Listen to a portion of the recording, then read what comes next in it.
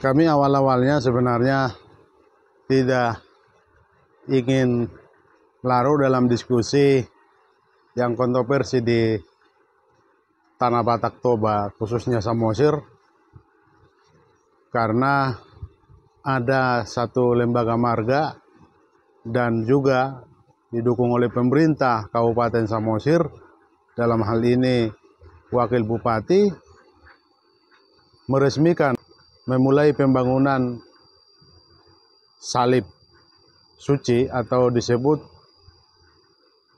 Silang Hangoluan. Penandanya dengan peletakan batu pertama dan dihadiri banyak orang.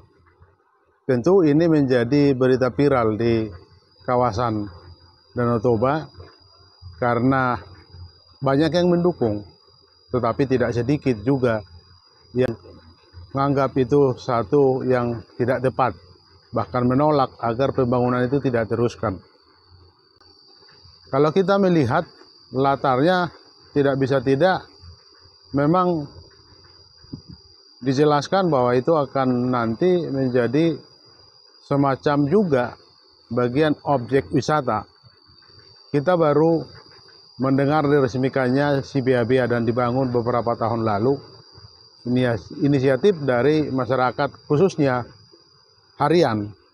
Tetapi ini di Limbong, Kecamatan Limbong yang sama-sama di luar Pulau Samosir berdekatan. Kecamatan ini berbatasan langsung. Tugu Yesus di Sibia-bia itu di Kecamatan Harian, dan rencana pembangunan yang sudah dimulai itu di tanggal 13 Maret 2025 itu adalah salib suci atau Silang Hangoluan. Saya juga jadi teringat di beberapa tahun lalu pernah juga dekat salib kasih itu dibangun patung Yesus dan akhirnya mangkrak dan kemudian dirobohkan. Saya berharap ini tidak demikian. Tetapi lagi-lagi yang banyak kontroversi yang menolak pembangunan itu karena dianggap tidak tepat bahwa itu dibuat lambang salib di Pusuk Buhit atau sebenarnya di Kecamatan Limbong berdekatan di situs yang dibangun kemarin di 2022 bahwa tempat itu atau Pusuk Buhit daerah itu menjadi titik nol peradaban Batak. Sebenarnya ini juga menjadi kontroversi karena selama ini kita mendeklirkan bahwa Batak itu ada 5, Toba, Karo, Simalungun, Pakpak, Mandailing. Tetapi di hal yang sama juga kita selalu menganggap bahwa Batak Toba itu adalah pusat Batak, bahwa Samosir itu asal dari seluruh orang Batak. Ini yang menjadi harus didiskusikan juga, dan tidak merasa sub etnis lain, Karo misalnya Simalungun, Pakpak dan Mandailing tidak terwakili di titik nol peradaban Batak. Tetapi kalau itu disebut titik nol peradaban Batak Toba, barangkali itu tepat. Dan juga kalau pembangunan salib Hangoluan itu motifnya untuk menganggap bahwa mayoritas di tempat itu adalah Kristen, itu juga tidak tepat.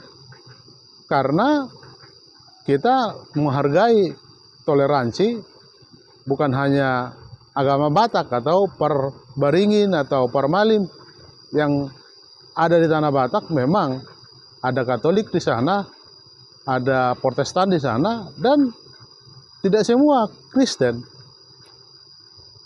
Tentu yang harus dikritisi kembali, apa urgensinya membangun salib suci atau Silang Hangoluan yang disebut itu. Kalau ingin rivalitas mungkin merasa bahwa harian punya Sibia-bia, lalu Kecamatan Limbong juga punya salib suci. Dan kita tahu memang mayoritas yang membangun atau yang peduli dengan Sibia-bia itu Katolik. Kalau itu dibawa-bawa juga, nanti yang dianggap membangun salib suci itu atau silang hanguluan itu adalah yang Kristen. Ini menjadi dilema kemudian berikutnya. Ada banyak lembaga yang menolak bahwa dengan tegas jangan diteruskan pembangunan itu. Barangkali perlu didengar juga, karena bagaimanapun tidak ada urgensinya pembangunan salib suci atau silang hanguluan di Pusuk Buhit. Tentu yang lebih bagus adalah membangun SDM Batak, sumber daya manusia orang Batak, khususnya Toba. Itu yang lebih penting daripada kita diskusi kontroversi terus yang sesungguhnya makin menjauhkan identitas Batak kita secara keseluruhan. Karena kecenderungan selama ini kalau Toba itu adalah pusat dari segala Batak. Inilah yang membuat Batak yang lain, Karo, Pak, Mandailing, dan Simalungun merasa tidak terwakili di Pusuk Buhit. Saya kira jangan diteruskan, jangan dibuat ini menjadi kontroversi. Mari kita bijak, kita melihat apa urgensinya pembangunan itu. Jangan sampai nanti seperti yang saya ceritakan, di salib kasih itu pernah dibangun Tugu Yesus dan dirobohkan. Terima kasih.